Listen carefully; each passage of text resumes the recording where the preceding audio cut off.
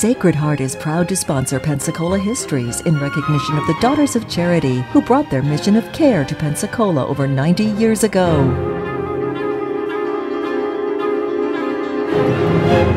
Hello and welcome to our continuing story of Pensacola, North America's first place city. Today we begin the story of Pensacola and the railroad. And it's a long story, a story which has had many ups and downs, many wonderful events that have, in terms of history, have absolutely been exciting for the people who lived here. And of course the railroad helped to build many of the fortunes which were enjoyed here, particularly late in the 19th century. Our story begins almost immediately after Florida became a part of the United States. By the time we reached the mid-1820s, the United States was an expanding country, and for that particular period, most of the people were concentrating on toll roads built by the United States government and also the building of canals. In 1817, the New Yorkers had built a long canal across the state, the so-called Erie Canal, and when the people began to settle into Pensacola and northwest Florida here, one of the first ideas they had was to build a canal connecting certain segments of the journey between here and New Orleans. Studies were made, the Corps of Engineers became involved, but nothing came of the project. It was just too expensive. By the time we reached the late 1820s, the idea of railroading and the harnessing of steam for transportation had now come into being. Now, this did not begin as an American story. The development of the steam engine, of course, was a British innovation. Names like James Watt and Newcomer were the ones who took steam, harnessed it for various purposes, particularly for the mining of coal at the beginning. But quickly the idea became apparent that you could harness steam in a different way, create an engine which would pull vehicles along a track. Now, of course, the first railroads, both in England and in the United States, were not operated by steam locomotives. They were literally cars pulled by horses.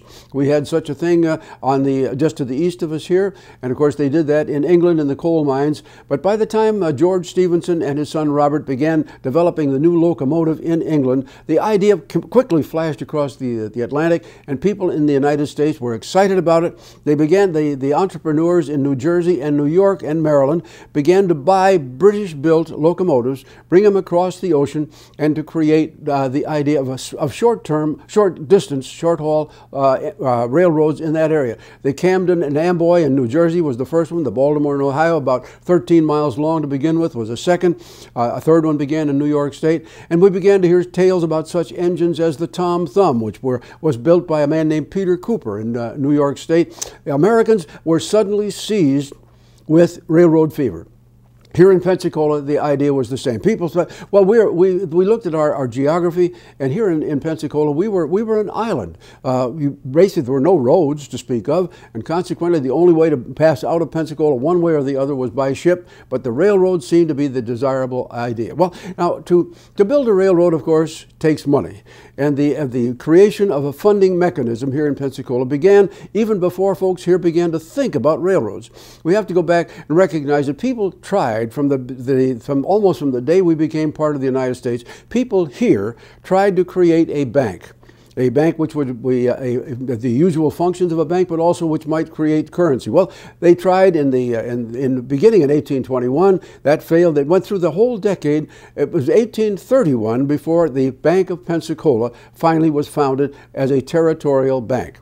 Now, the bank, by that time, of course, the idea of railroading was being passed back and forth across the area, and a number of local people did succeed in getting a legislative act passed, creating the Bank of Pensacola. And the bank opened downtown, and by the time we reached 1834, the bank had gone through all the mechanism of shareholding and so forth for itself, and then in that year they sold 500 $1,000 bonds which were to help to build the Alabama, Florida, and Georgia Railroad. Now, this was to be a railroad beginning on the docks in Pensacola, going north and east, and terminating at Columbus, Georgia. Of course, the long-term plan was that at that point it would connect to other roads being built further on to the northeast. Well, construction began. People brought the money.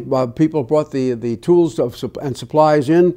They employed a group of Irishmen. They brought them into Pensacola, and these were the men who were to hack a trail through going to the north and east. The first iron rails arrived and were placed here on the docks, ready for use, and the first rolling stock. But then, tragically, in about the middle of the year 1837, the financial panic struck the United States. The banks literally went bankrupt. Our own bank in Pensacola managed to survive another 3 or 4 years, but it too went bankrupt. It was impossible to pay the interest and the equity on the bonds. The bondholders, who were basically people from Holland and London, lost their money.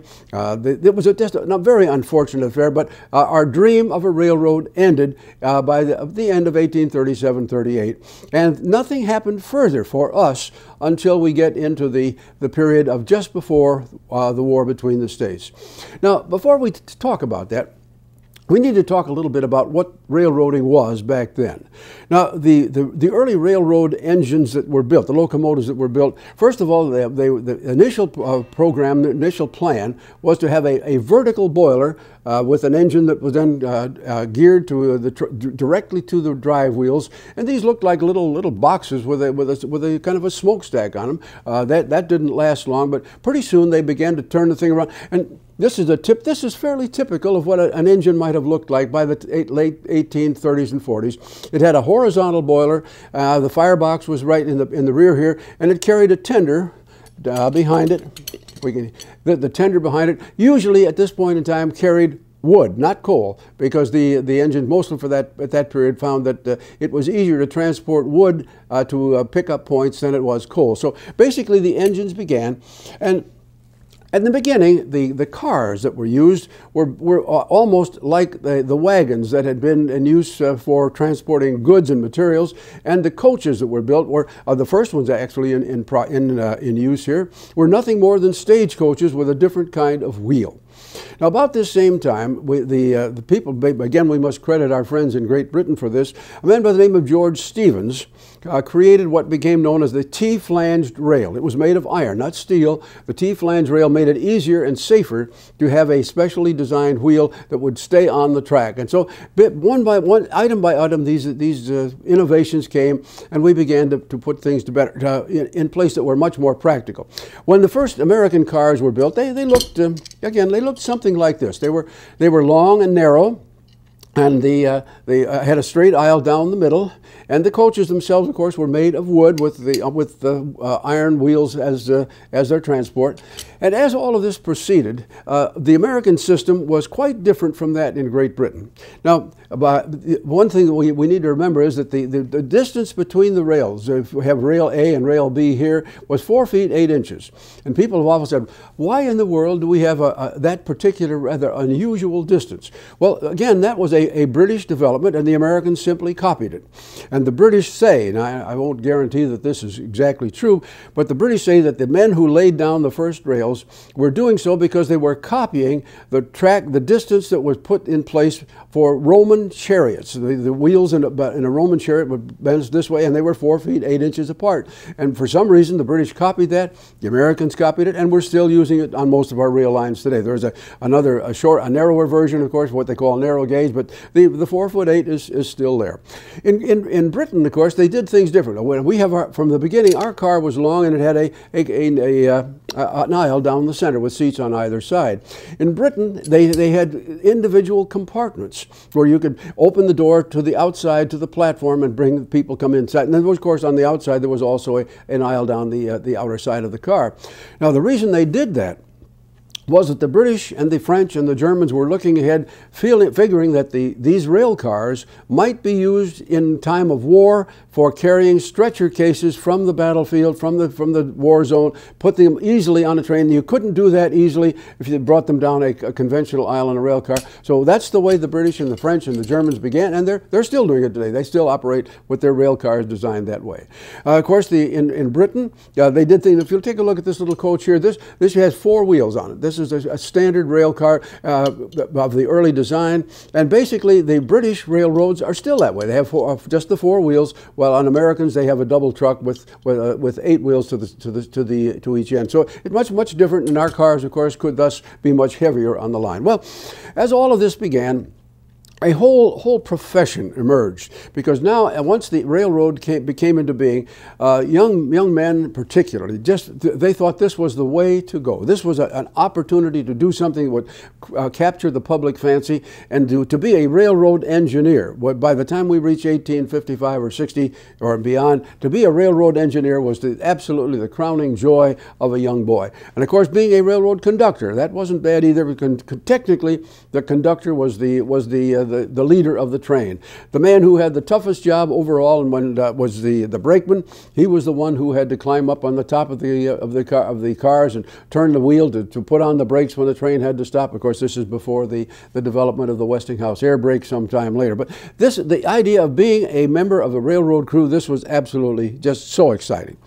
Another thing, of course, that in building the transit system, and this would apply almost anywhere in the United States at that time, you had to make arrangements for a place where regularly the engine could stop and take on wood. And then you had to have another place where it could take on water, because when you boiled the water to create the steam that created the pressure and the drive mechanism for the train. And so basically, every railroad, and this was certainly true of the ones that came to be in the Northwest Florida area, there were regular stops where you would take on fuel, and at about every 100 miles, they had to create a stop where there was a water tower where the water supply could be continued. In fact, when the ultimate railroad was built across Northwest Florida, a couple of the towns that were built then and are still there were built primarily as water stops. There were no other reason for them to be there then, but that's what they did. Well, our first railroad attempt in the 1830s failed. But by the time we get into the 1850s, everyone in the South realized that the South was never going to grow, never going to progress unless it had railroads. And so beginning in the early 1850s, a whole new series of agreements was reached, and the Pensacola became part of this. Our Colonel Chase, who are the engineer who had built the forts here at Pensacola, became the president of a new company which was to build the Alabama and Florida Railroad. It was to originate at the docks in Pensacola with a station downtown, and it would move north, almost directly north, and was to merge with another railroad being built across Alabama, which had what was called the M&M, the Mobile and Montgomery, and that was to originate in Mobile, move northeast, and of course ultimately terminate as far north as Richmond. Well, the railroad, they began to do all the things that you would need for a railroad. They raised money by selling bonds, and by 1855-56, actual laying out of the route was underway. Construction began. Colonel Chase was working very rapidly, and he was working in conjunction with a man named Charles Pollard. Now, Mr. Pollard was the guiding genius of the Mobile and Montgomery Railroad, and the Pensacola, or the Alabama-Florida segment of this, was to end at a little village which was just being created, then which was to be called Pollard Junction, named for the railroad leader. And this was about 3.5 to 4 miles east of our present-day Flomaton, which of course is the railroad junction today. Work went forward. By the time we reached 1858, the railroad was about 2/3 of the way complete. And by this time, the city of Pensacola and its councilmen had invested rather substantially in the bonds that were making this possible.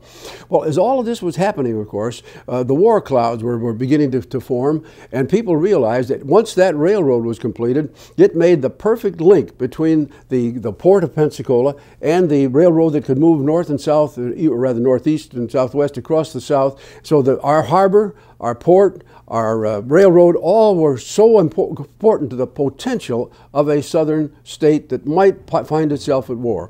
So by the time we reach the year 1860, the railroad is all but complete, and as they are doing their planning, and as people are even thinking about secession of states and a new Confederate States of America, the Alabama-Florida Railroad was so important, and it was in the news regularly on the national news media that were publishing at that time. So that's where things stood with our railroading as the war clouds darkened still further, and we were right on the verge of the war between the states.